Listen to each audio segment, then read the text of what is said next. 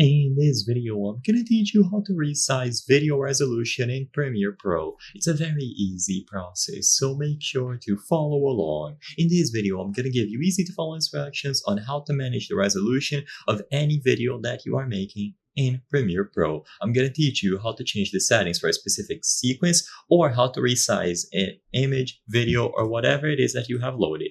So first, if you want to change the entire sequence, go over to the sequence category at the top left and choose sequence settings. Immediately, you will see frame size under the video category.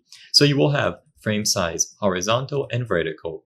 You will also see the aspect ratio displayed here. So all that you have to do is change this option. So for example, I can change this to 1080 by 1920.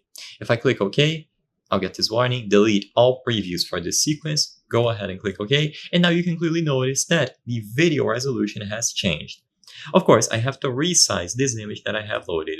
So by clicking on it and then choosing position over here to left under effect controls, I'm able to resize it in place.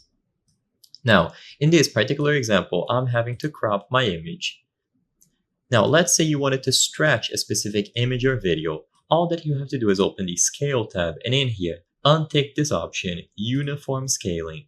Now, you will notice that if I drag it towards the middle, I'm able to stretch the image however I prefer. In this specific example, it is clearly stretched, but it fits the entire frame, so you can do this however you prefer. If you don't want to stretch the image, you will most likely have to crop it into place to fit the frame like this. And once it is in frame, you are good to go. You can scale it vertically, horizontally, and it is going to fit the new sequence. If you only want to change the image and not the sequence, then you just have to follow these steps that I showcased at the end. You click a specific image, a specific video sequence, and then you change the position and scale options however you see fit. I hope I was able to help you on how to resize video resolution in Premiere Pro. If this video helped you, please be sure to leave a like and subscribe for more very easy tips. Thank you for watching.